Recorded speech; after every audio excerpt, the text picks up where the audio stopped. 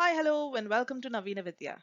This video is the story of the crow and the fox, but hang on, it's not just the story. In the end, we will have a discussion where I will ask you some questions and you can have a think about the answers.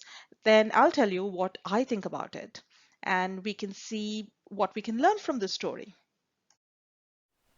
It was hot summer and quite hard for animals to find food. A crow made several rounds in the dry weather and finally found a wedge of cheese. It picked it up and perched on the branch of a tree. A fox had been watching the crow pick up the food and hatched a plan to snatch the cheese from the crow. It went and stood under the tree and started a conversation with the crow.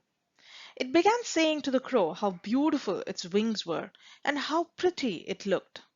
The crow was suspicious to start with and did not pay attention to the fox. But the fox continued to flatter the crow. It said the crow must have a lovely voice.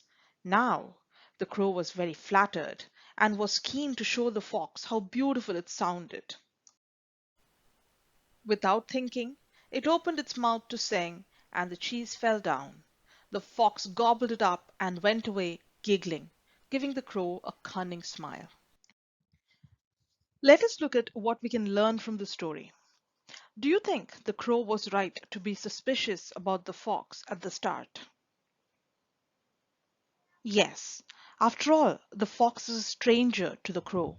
The crow does not know enough about the fox to allow the conversation to continue.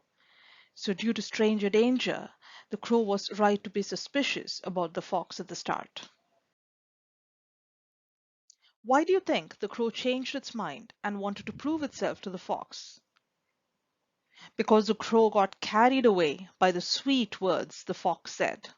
The flattering words of the fox made the crow lose his thinking. That is why, although he was suspicious at the start, he got confused and got carried away and felt that he needs to prove himself to the fox. Do you think the fox was right to trick the crow into dropping the food?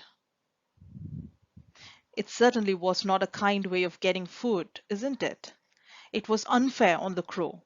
The fox used the weakness of the crow to grab the food instead of working for the food on its own. What do you think the fox could have done instead? The fox could have asked the crow nicely if the crow would share the food. It is possible that the crow may have shared. Great. But maybe the crow may not have shared, and that is okay too. At least the fox tried in a nice way. What could you learn from the crow?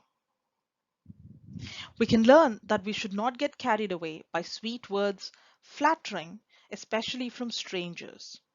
You do not always know what their ulterior motive is or what their real intention is. If someone compliments you or says nice things about you, do not get carried away immediately. Focus on what you do to the best of your ability and do not get swayed by what others say. Not everyone means well for you.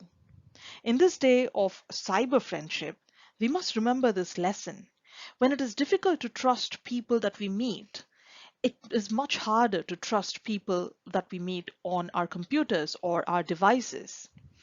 Remember stranger danger and do not get carried away by flattering words from strangers.